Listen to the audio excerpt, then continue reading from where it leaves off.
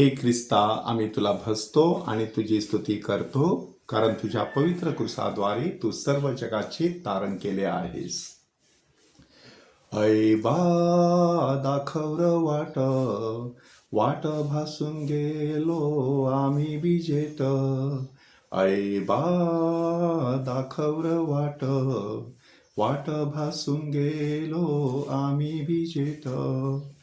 पापाचे अंधेरात ठोकान पडत, ठोकान पडत, तुला सोडून वाट भियत वाट गवसत, वाट गवसत. येसू तू आमचा उजेड, तुझे उजेडात आम्हाला वाहर, तुझे उजेडात आम्हाला वाहर. ऐबा दाखवर वाट, वाट भासून गेलो आम्ही विजेत. हे गाणं आपल्याला काय सांगतं की प्रभूच्या मार्गाने चालण्यासाठी आपल्याला पाचारण केलं जात असतं, परंतु पापाच्या अंधारामध्ये वाट चुकून आपण येशूचा हात सोडून जीवन जगायला सुरुवात करतो, तेव्हा मनामध्ये असुरक्षितपणा आणि भीतीची छाया दाटत असते. अशा वेळेला केवळ प्रभूचाच प्रकाश आपल्याला मार्गदर्शन करू शकतो. आज्ञा गुरुवारी 12 प्रेषितांचे पाय धुवून येशू जणू काही त्यांची पाऊल वाट त्यांच्यासाठी उघडी करत असतो. की येशूने 12 प्रेषितांचे पाय धुतले, ह्या एका घटनेमध्ये 4 महत्त्वाची सत्य दडलेली आहेत. पहिलं सत्य दडलेलं आहे येशूच्या शब्दांमध्येच, की जसं मी गुरु असून तुमचे पाय धुतलेले आहेत, तसे तुम्ही एकमेकांचे पाय धुतले पाहिजे. त्यासाठी मी तुम्हाला कित्ता घालून दिलेला आहे. प्रसंग कसा आहे बघा, की येशूने आपली बाह्य वस्त्रे काढली, रुमाल आपल्या कमरेभोवती गुंडाळला, आपल्या हातामध्ये गंगाळात पाणी घेतलं आणि तो आपल्या शिष्यांचे पाय धुवू लागला. ह्या 4ही कृती यहुदी समाजामध्ये दासाने केलेल्या कृती असायच्या. की बाहेरून एखादा पाहुणा घरामध्ये आला की मग त्याचे पाय धुण्यासाठी अशा 4ही कृती केल्या जायच्या. आणि ते कोणी करायचं? घरातल्या चाकराने किंवा दासाने करायचं. येशूने अशा प्रकारे दासाचं रूप धारण केलेलं आहे. हा पहिला धडा येशूकडून आपल्याला घ्यायचा आहे.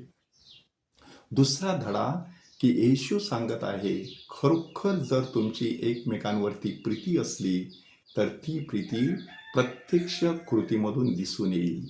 आणि ती प्रत्यक्ष कृती कशी आहे? की दुसऱ्यांची सेवा करून, दुसऱ्यांपुढे नम्रता पत्करून. अशा प्रकारे येशूने आपल्याला दुसरा महत्त्वाचा धडा दिलेला आहे. तिसरा महत्त्वाचा धडा दिलेला आहे तो पेत्राबरोबर झालेल्या संभाषणामध्ये. पेत्राने सांगितलं की प्रभूजी, मी तुम्हाला माझे पाय कधीच धुवू देणार नाही. अशा वेळेला येशूने सांगितलं की जर तू मला धुवू दिला नाही तर तुला माझ्यामध्ये वाटा नाही. ते पाय धुणं म्हणजे बाप्तिस्मा साक्रामेंट स्वीकारणं. त्याद्वारे आपण येशूच्या जीवनामध्ये वाटा स्वीकारत असतो. आणि चौथी महत्त्वाची गोष्ट, की प्रभू येशू ख्रिस्त सांगत आहे, ज्यांचे स्नान झालेले आहे त्यांना संपूर्णपणे अंघोळ करण्याची गरज नाही, फक्त पाय धुण्याची गरज आहे. स्नान म्हणजे बाप्तिस्मा साक्रामेंट, पाय धुण्याची गरज म्हणजे प्रायश्चित्त साक्रामेंट. म्हणजे जर आपण बाप्तिस्मा साक्रामेंट स्वीकारलं असेल तर मूळ पापाचा डाग धुतला गेलेला आहे, परंतु पाप प्रवृत्ती संपूर्णपणे धुतली गेली नाही. त्यामुळे अंधारामध्ये, पापाच्या काळोखामध्ये आपण वावरण्याची शक्यता असते. म्हणून प्रायश्चित्त साक्रामेंट स्वीकारणं गरजेचं आहे. आज 12 प्रेषितांचे पाय धुतले जात असताना आपण स्वतःला प्रश्न विचारायचा की मी त्या 12 प्रेषितांपैकी कुठे आहे? येशूने जसे पाय धुतले तशी इतरांची नम्रपणे सेवा करण्यास मी कितपत तयार आहे? मला प्रायश्चित्त साक्रामेंताची केवढी गरज आहे.